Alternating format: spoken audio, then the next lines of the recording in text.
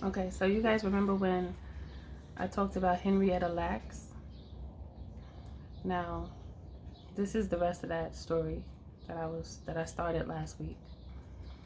Okay, so I had a vision and I was falling asleep, but I wasn't asleep yet. You know, I was in between realms. And I saw this image of this woman that looked as stiff as a board. And it looked like she had a white dress on with like little tiny flowers. Maybe they were like purple with a little leaf on them, but they were very small. And there was like embroidery. You know how sometimes like old school dresses had like the puffy arm?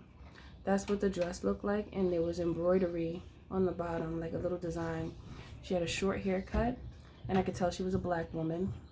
And she had passed away, but her body was very stiff, but she was like her body was going like this, up and down. Now, many times I see things that are gruesome. Sometimes spirit shows me things that are gruesome, or shows me someone that, you know, something horrible happened to them, and it's like their spirit calls out to me to speak, right? And so I didn't really know what to look for, and there was a specific name that I heard, and right now I can't remember the name that I looked for, but it actually led me to this website, Lewis and Clark Law School website. And so the second story I found looked just like the woman that I saw in my vision. Like literally looked just like her. And her eyes were open. Her eyes weren't closed. And it's like the way that the body was moving, it was like it was floating, okay? And the flashes happened fast, but that's what I saw, okay? Now, I came across this story because she looked very similar to the person that I saw in my vision. It says Black History Month, Alberta Jones, okay? Alberta Jones was the first female African-American prosecutor in Louisville, Kentucky. All right, so I'm going to read it to you.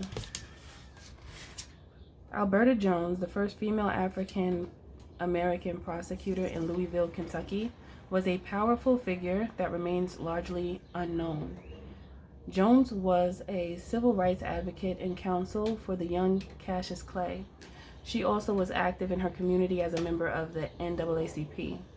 Jones organized training classes to teach Black people how to register to vote.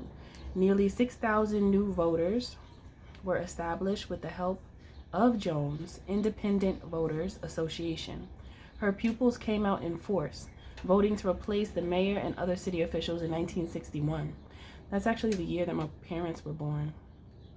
After graduating, after graduating near the top of her class at the University of Louisville, she obtained a law degree from Howard University School of Law in 1959. Shortly thereafter, Jones became one of the first Black women to be admitted to the Kentucky State Bar. Just that, you heard that? The first Black woman, one of the first Black women to be admitted to the Kentucky State Bar. Okay. Just 1 year after becoming a licensed practice law, or becoming licensed to practice law, a young man named Cassius Clay, y'all know who that is, right? Hired Jones to represent him and negotiate his first professional boxing deal. Zealously advocating for her client, the future Muhammad Ali, Jones insisted that 15% of his winnings be held in a trust until he turned 35. As a prosecutor, Jones worked to convict criminals guilty of domestic violence. Sadly, in 1965, Alberta Jones was murdered, beaten, and thrown into a river, and her body was bobbing like she was in a river. That's the scene that I saw. I could draw it, but it's disturbing to draw her in that way. I would want to draw her smiling. I wouldn't want to draw her in that way. So usually I draw my visions, but I don't want to draw that one. But I feel like she called out to me because she wants me to tell her story.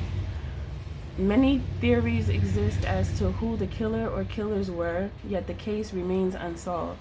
During an interview shortly before her murder, Jones told the Courier-Journal that when she returned home to Louisville, people told her, "You've got 2 strikes against you. You're a woman and a Negro." Her response, "Yeah, but I still have 1 strike left." She was sassy. And I've seen people get home runs when all they've got left is 1 strike. She got heart. I'm not going to say she had heart. She got heart. And she reached out to me for me to tell you these stories. Or this story, okay? Strong. She didn't care. She said what she wanted to say. For years, Jones' family have been told that there is not enough evidence to arrest anyone, that investigators are dead, or the evidence no longer exists. Oh, okay, let me read that again. For years, Jones' family have been told that there is not enough evidence to arrest anyone, that investigators are dead, or the evidence is no longer or that the evidence no longer exists. And Louisville civic groups and crusaders for justice remains vigilant, hoping that someone will figure out what happened 53 years ago. With 2 strikes against the investigation, people close to this story remain hopeful that there's a home run in their future. So this happened to her because she became one of the first Black women to become a lawyer or an attorney in Louisville, Kentucky. You know, this is a very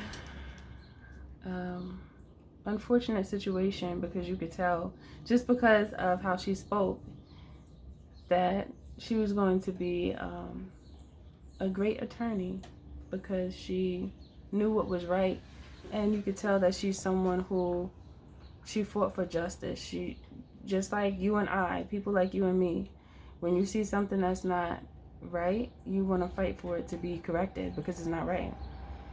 All of us know that there's many things that are not right, but the only way that we could change them is if we take action.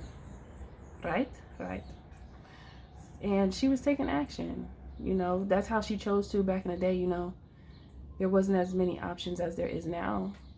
You know, however, she did it how she saw fit, by helping people to get registered to vote, because, you know, in those times, you know, it was looked at as something that was needed in order to make sure that the voice of your people is heard, you know, when everyone else wants to silence you. So she was taking action from a place of love. When you think about like that right there, like taking action from a place of love and not being able to continue on her journey off the strength of hatred, people who had hate in their heart, like this energy right here from those people that did that to her, there's nothing right about that. Everything about this whole situation is wrong, you know, and it's unfortunate, but you know, she wants to speak, and she's speaking through me because she came to me in my dreams and I saw her. But at least in this picture, she looks beautiful. So I'm gonna put her in the thumbnail so you can see what she looks like. So yeah, I don't know about her like personal life because I didn't look that up, but maybe I should. Let's see. I had read this already, but I didn't. This is just like off cuff, okay?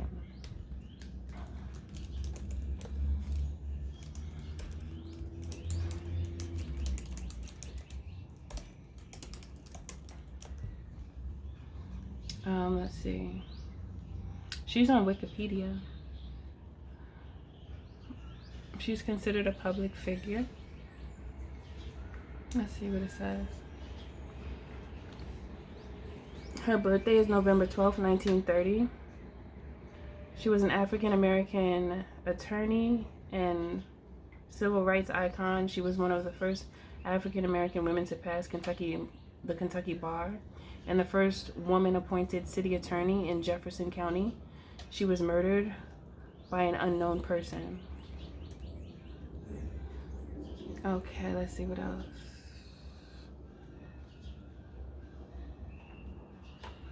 Education, career, activism.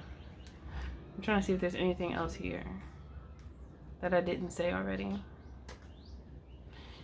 In October of 2022, Louisville Central High School presented the first ever Alberta O. Jones Award to Laura Rothstein, a retired University of Louisville law professor who helped start the high school's law and government magnet program. The award, which may not be given annually, is said to be intended for those who have worked as hard as Jones to make their community a better place. You see, she was just looking for heaven on earth. She was just doing her part. She didn't do anything wrong. See, Jones is among 4 women who will be added to the Kentucky Women Remembered exhibit, located in the west wing of the Kentucky State Capitol, as recommended to him unanimously by a selection panel. Governor Andy Beshear, okay, announced in November 2024, organized by the Kentucky Commissioner on Women. The exhibit began at the 1978 Kentucky State Fair and in 1996 relocated to the Capitol. Okay, so I don't know if she had any kids because that information is not here, or anything like that. Let's see what else. Is there anything else that I want to share with you? Okay, so this investigation funded a new law because it was an unsolved mystery. They never found who did this to her, which I'm sure the main ones who could have done something about it, they knew. They just covered it up, like, of course, right? The investigation is funded by a new law, the Emmett Till Unsolved Civil Rights Crime Act, which provides $13.5 million annual funds to the Department of Justice, the Federal Bureau of Investigations, and state and local law enforcement agencies to investigate and prosecute pre-1970s killings. Her killing remains unsolved. So that is her story. She was bold, beautiful, and ready to take action in the world to make it a better place for you and me. You know? So, I'm sending my love to her because she reached out to me in the spirit so that I could tell her story. And now I feel warm. Ooh, I want to cry.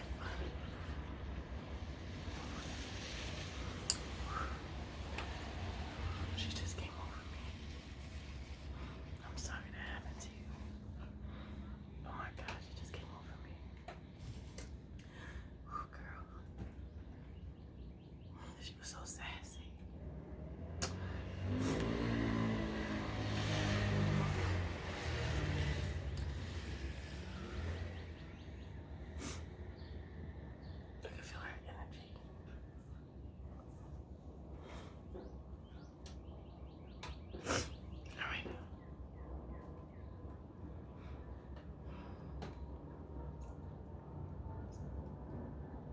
I feel like she just said thank you, like,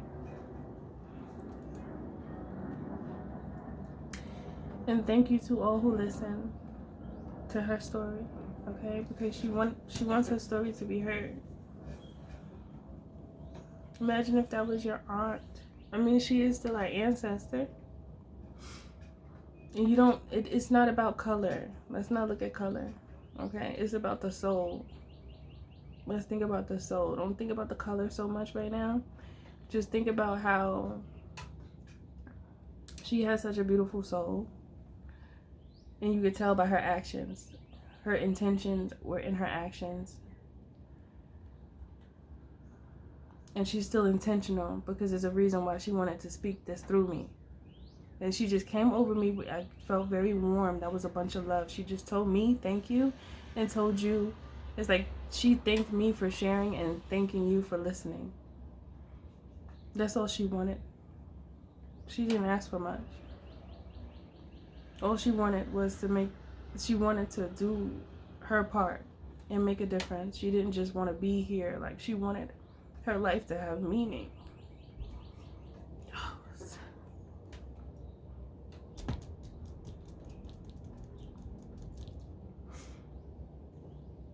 Her life does have meaning.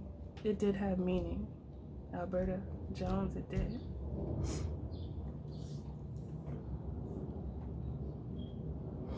Oof. She just came over me like a ton of bricks just now. It just came out of nowhere. I didn't even think I was gonna cry. It's like she hugged me or something.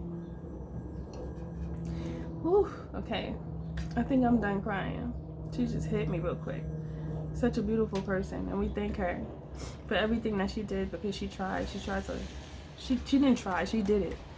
She did her part.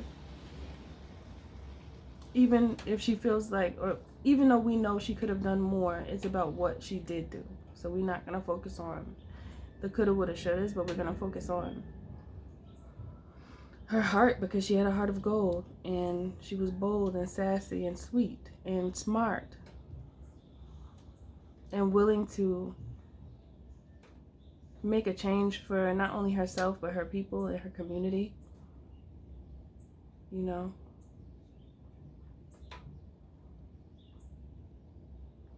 those who have big hearts should be recognized, because so many people's hearts are so cold. And it's like they're living, but they're like the Walking Dead, because they're not even, you know, they're not really making any waves. Like, they don't see themselves in such a way sometimes. You know, some people are just here, you know. But no matter what you do, if you're walking with the heart of gold, that means that you actually want to see change, and you do everything that you can for the change to take place. And sometimes people are assigned to bigger callings or destinies than others, and the size of the destiny is not of so much importance right now. It's the intention, is what Spirit wants me to tell you. It's the intention. It's the intention that sets you free. I just heard. Okay? All right. Everything you do, do it with love. I'll see you in the next one.